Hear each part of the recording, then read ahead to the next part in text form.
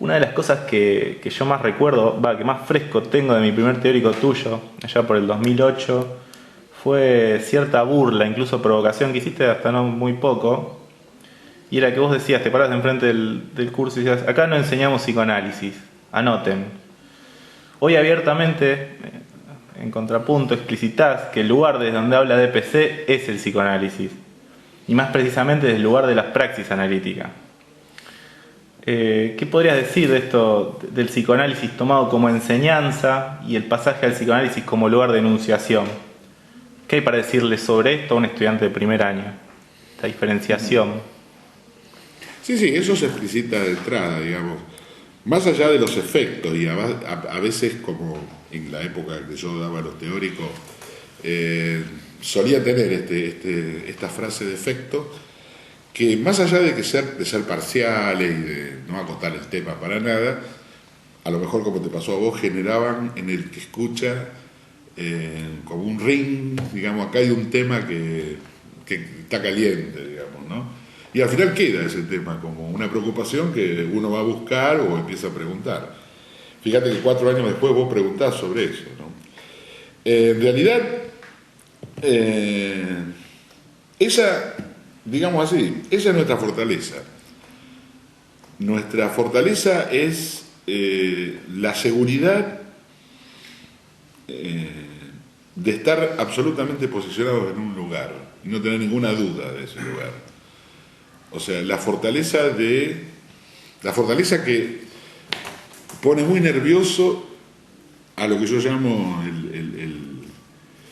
la neutralidad liberal. Nosotros somos psicoanalistas o trabajamos de psicoanalistas, trabajamos con psicoanálisis, así, ¿no? En global, porque seguramente cada uno de nosotros tendrá cierta visión en relación al psicoanálisis. De eso no hay ninguna duda. El marco teórico se arma desde el psicoanálisis, desde Foucault, desde otros, Althusser, desde Freud.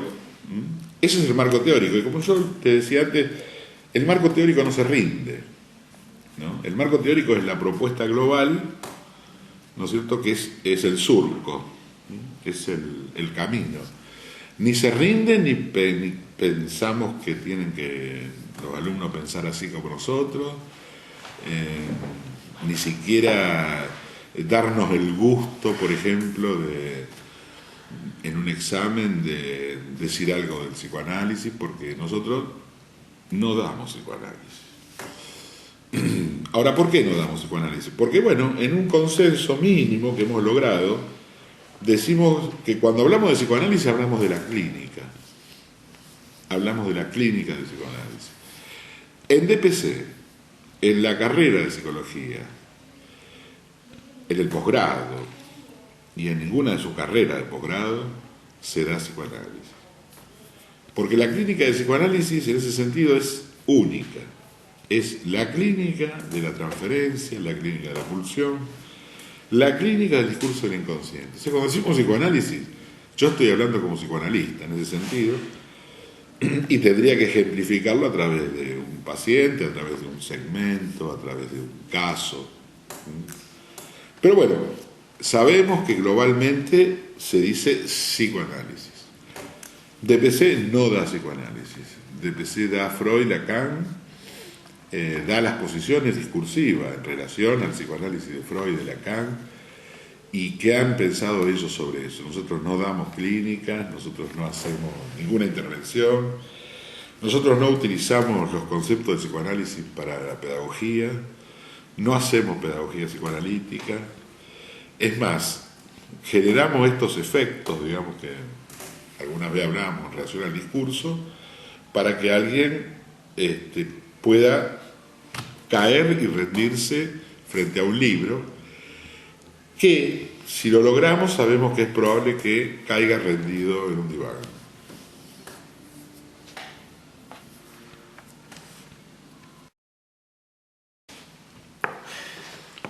¿Y qué podrías decirnos del nuevo formato del teórico seminario, 2012, esta suerte de comas relámpago que deja lugar luego a la dupla Martelo-Fernández?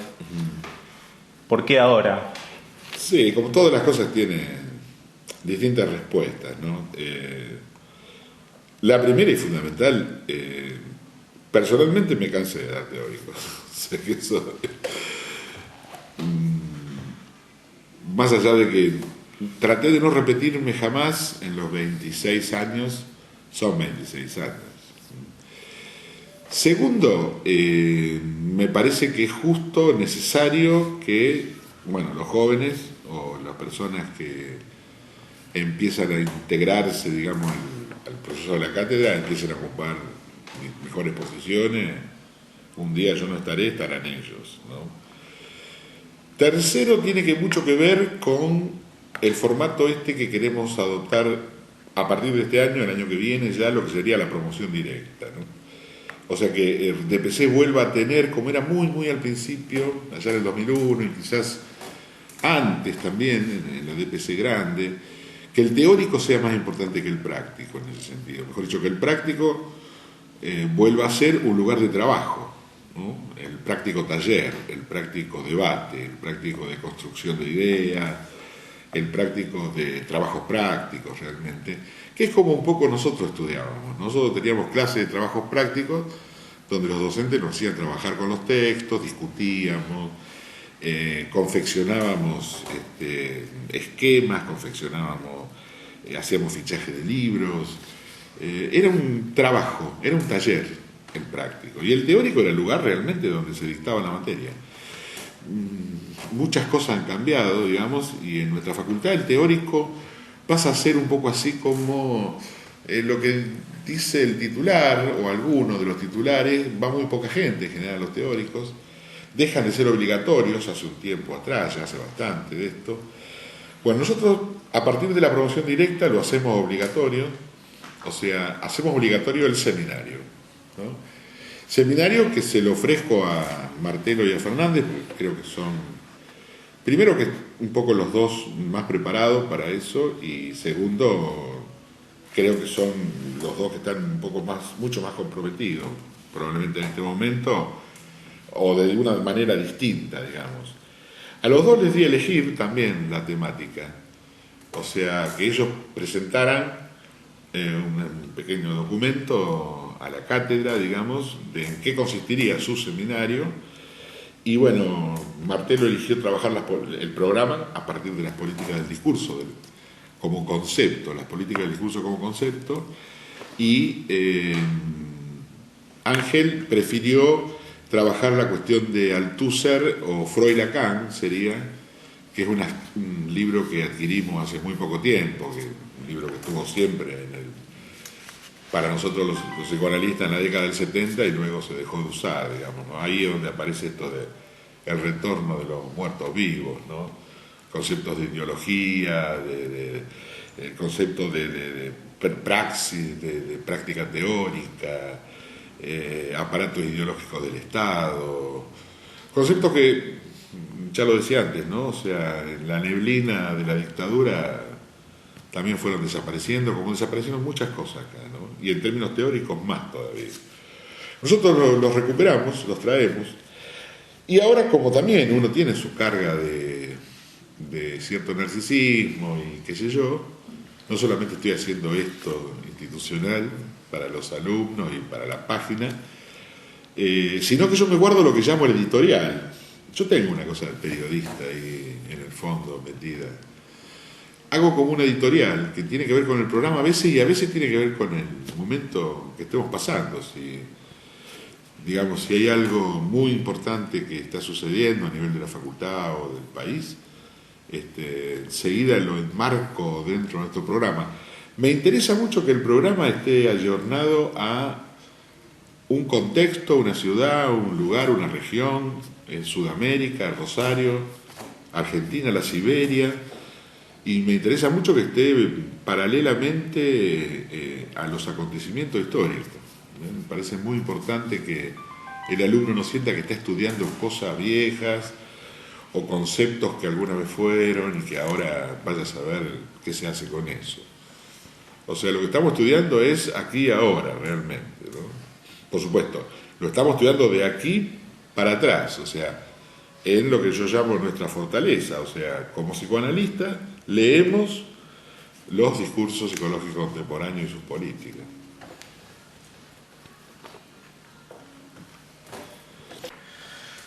En una reunión de cátedra una vez comentaste que hace unos años habías encarado un seminario de pregrado sobre derechos humanos.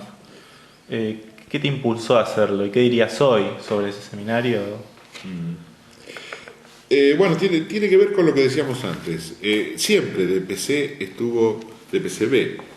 estuvo directamente relacionado a sucesos, por ejemplo, tanto a sucesos históricos como cualquiera que lea el programa se da cuenta que está asociado a la literatura, que trabajamos autores en lo posible, lo más cercano a nosotros, que trajo bastante discusión, por ejemplo, haber trabajado el libro de Sábato, La Resistencia, porque nos interesó en un momento trabajar eso.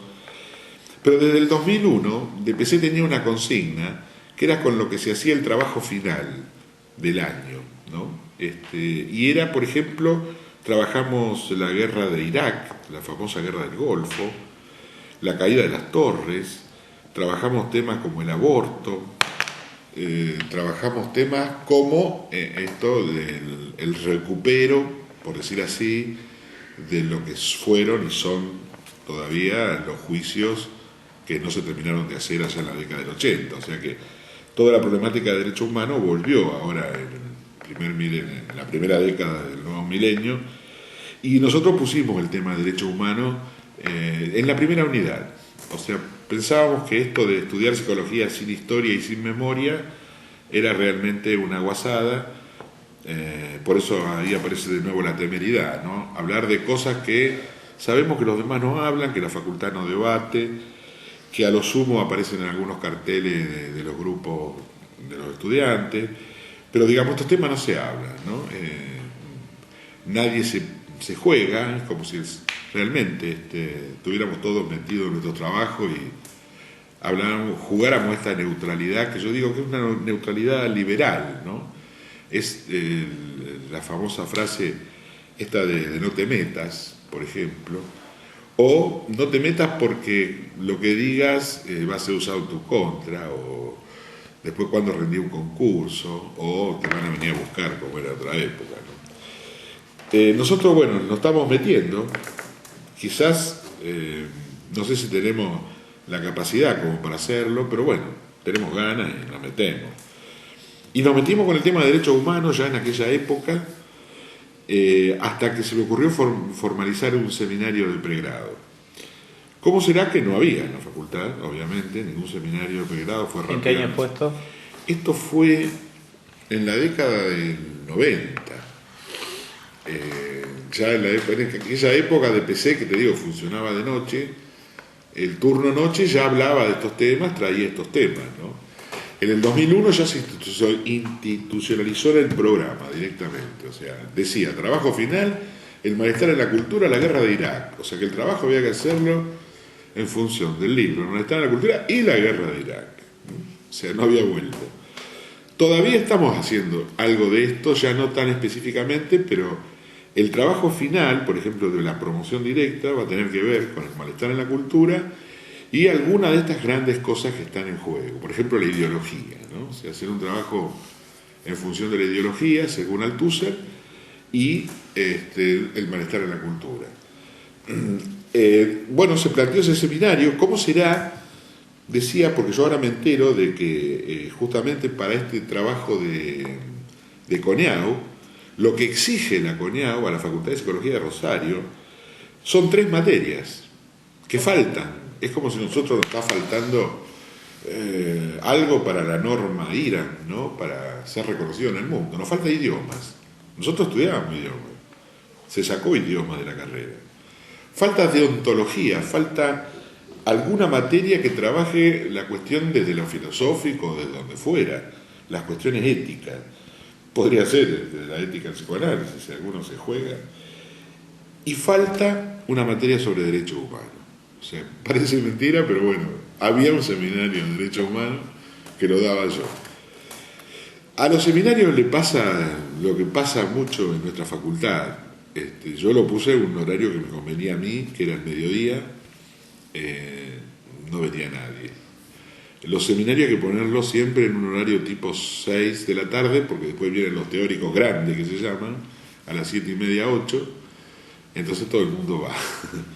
Bueno, pero tuvimos algunas interesantes experiencias con muchos colegas que todavía nos vemos, sobre todo cuando en un año un grupo de estos alumnos que ya estaba trabajando en el psiquiátrico, en lo que ellos llamaban cine debate, pasaban una película y se armaba un debate con los internos.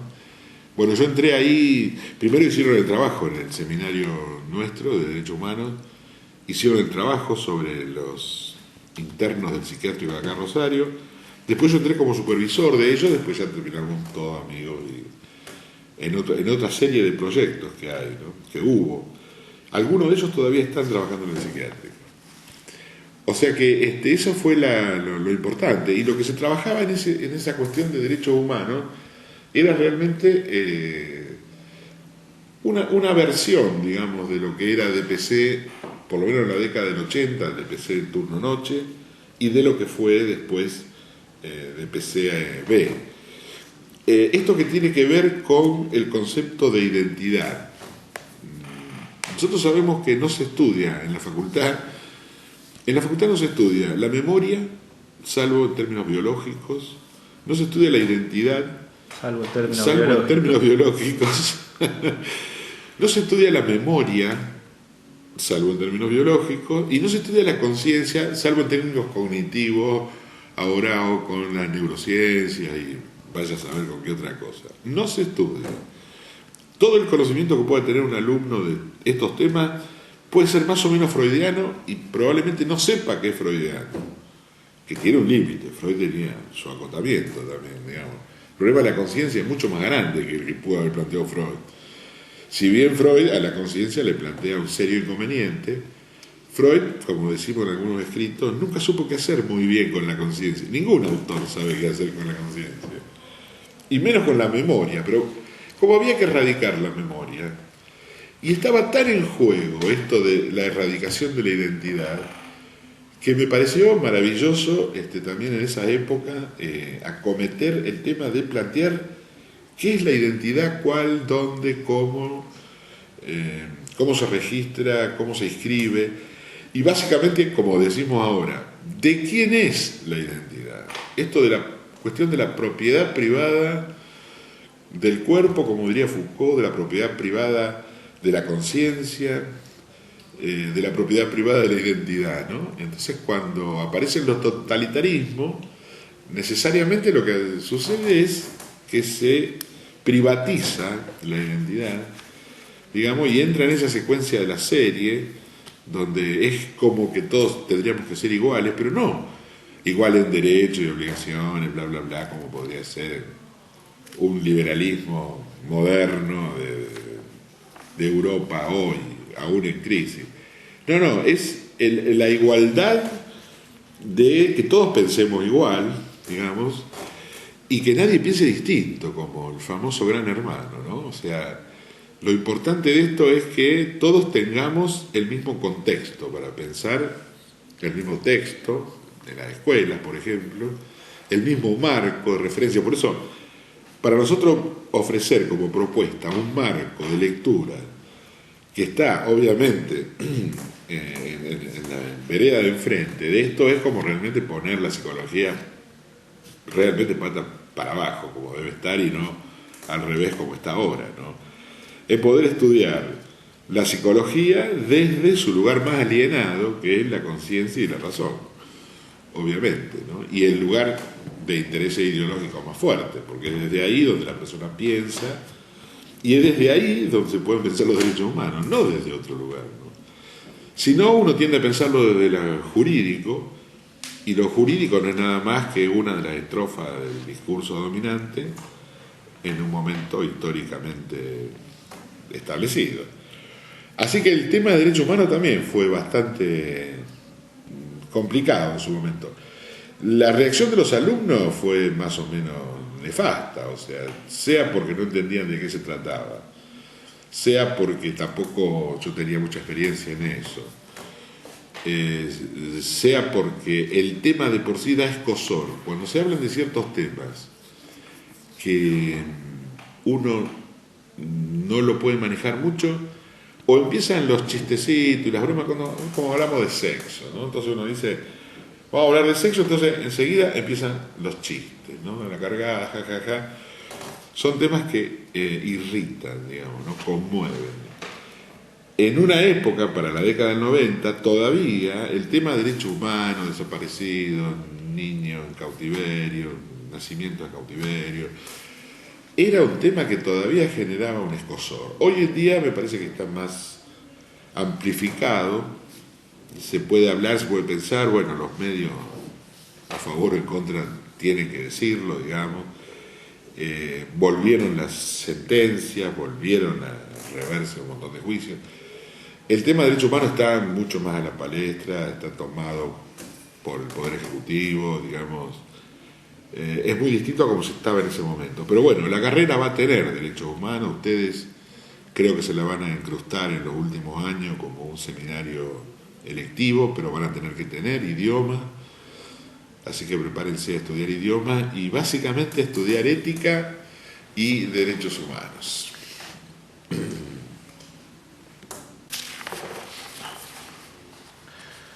Desde hace algunos años la cátedra está llevando adelante una investigación sobre los lugares del padre en el discurso. Me gustaría que hables un poco sobre su lugar en la economía libidinal de DPCB y además en lo que es la economía de la Universidad Nacional en tanto pública de una investigación como esa. Sí, primero, digamos, pensar un poco en la Universidad Nacional, ¿no? La Universidad Nacional lamentablemente es de alguna manera hoy por hoy cómplice intelectual, digamos, de los grandes intereses mundiales, multinacionales. Nosotros lo vemos en este proceso de AWAPSI, de la CONEAU, digamos, ¿no? En la medida de cómo se estrechan los marcos, cómo se nos pide cuentas, pero aparte está hecho de una manera que suena, hay una especie de chantaje en juego, en esto del contralor, en esto de buscar una medida común más o menos universal, ¿no? Que sabemos que ya de por sí el solo hecho de ser universal va a ser propiciatoria, digamos, de cómo se piensa en Europa, en Estados Unidos. Como tal, sabemos que esto está, en última instancia, son intereses de los mercados y son intereses del Banco Mundial, ¿no? Eso es evidente. Aparentemente, bueno, es muy difícil quedar fuera de esto, pero por lo menos podría haber dentro de la Universidad Nacional un mayor debate, ¿no? Incluso podría haber un mayor debate y a partir de ahí aún en una aceptación más activa, una aceptación con nuestra propia propuesta y con cierta protesta, ¿no? Como incluso de alguna manera hizo la Universidad de Buenos Aires, a su manera, digamos, y quizás por no ponerse de acuerdo entre todos. A partir de eso, digamos, lo que se los exige realmente es convertirnos en investigadores. No todo el mundo le interesaría convertirse en investigador, más allá de ser docente. Y en esto de investigador, porque da puntaje, porque hace la carrera docente, porque digamos justamente lo que se nos pide cada año, cada 2 años, cada 3 años, es que demos cuenta de qué estamos haciendo, qué estamos investigando, qué estamos escribiendo. Entonces, se nos planteó, o se me ocurrió realmente, hacer una investigación de cátedra.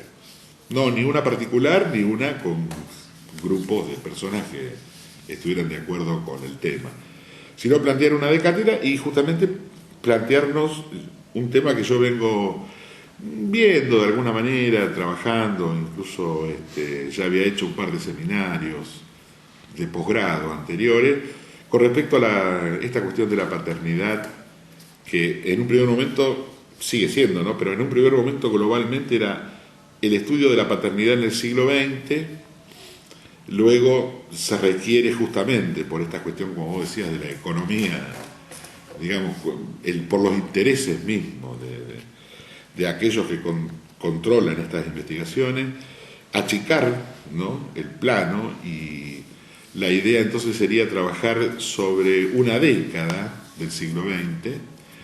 En la Argentina decidimos, yo sigo proponiendo trabajar en la década del 90, que me parece la más cercana y casi se me ocurriría decir la más desastrosa de las décadas del siglo XX. La cuestión de la paternidad en el siglo XX. Ahora, a partir de eso, nosotros, claro, insisto, somos psicoanalistas, somos consecuentes de eso, nuestra formación, y aparte nuestro deseo está planteado en términos de Freud y del psicoanálisis. Como tal, la primera parte de la investigación es la paternidad en relación al pensamiento freudiano, al discurso freudiano, exclusivamente. La segunda parte, que la iniciamos ahora en agosto, va a ser la paternidad en relación al discurso de Lacan, y luego nos vamos a entrometer directamente ya en la cuestión del siglo XX, ¿no?, en la década del 90. A partir de ahí, mi idea personal es poder engancharla y hacerla congeniar primero con nuestra cultura, con nuestra sociedad, o sea, sacarla fuera de la universidad, o sea, intrometernos en, no digo dar respuestas, pero sí, bueno, hacer nuestros aportes a los grandes problemas que puede tener una sociedad como la nuestra hoy, la rosarina incluso, no ir mucho más lejos.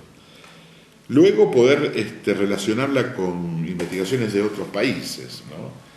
Algunas pequeñas redes hemos tirado, bueno, vos sabés algo de eso también, porque estuviste con el tema de Barcelona. O sea, me he relacionado con algunas personas de Barcelona a través de mi apellido, y tratando de buscar gente que esté en la universidad y que, es más, que si les interesara el tema, ellos también investigaran desde allá, ¿no?, y juntar ese tipo de cosas, ¿no? Y bueno, si ligamos algún viaje, mejor, ¿no? Así que la idea sería poder potenciar esta cuestión de la paternidad y no dejarla solamente en una serie de enunciados que por ahí hasta son sumamente técnicos, ¿no? Bueno, para eso buscamos a lo que nosotros queremos, un gran pensador como Juan Ritbo, a partir del tema del libro del padre, Políticas de su genealogía, y 1 o 2 seminarios que ya dio en la facultad de posgrado con respecto a la paternidad. Bueno, a partir de ahí empezamos a hacer unas entrevistas con Juan y empezamos a sutilmente a tomar algunas líneas de cómo leer la paternidad en el discurso freudiano, que nos llevó 3 años y medio, casi 4 ya, y que recién ahora estaría, digamos, un poco así en la cocina, digamos, de aparecer como una cierta síntesis, ¿no?, un abstract, que es lo que se nos va a pedir ahora a fin de año, digamos, qué estuvimos haciendo. Bueno, un abstract para trabajar a lo largo de toda la obra de Freud, ¿no?, esta cuestión de la paternidad.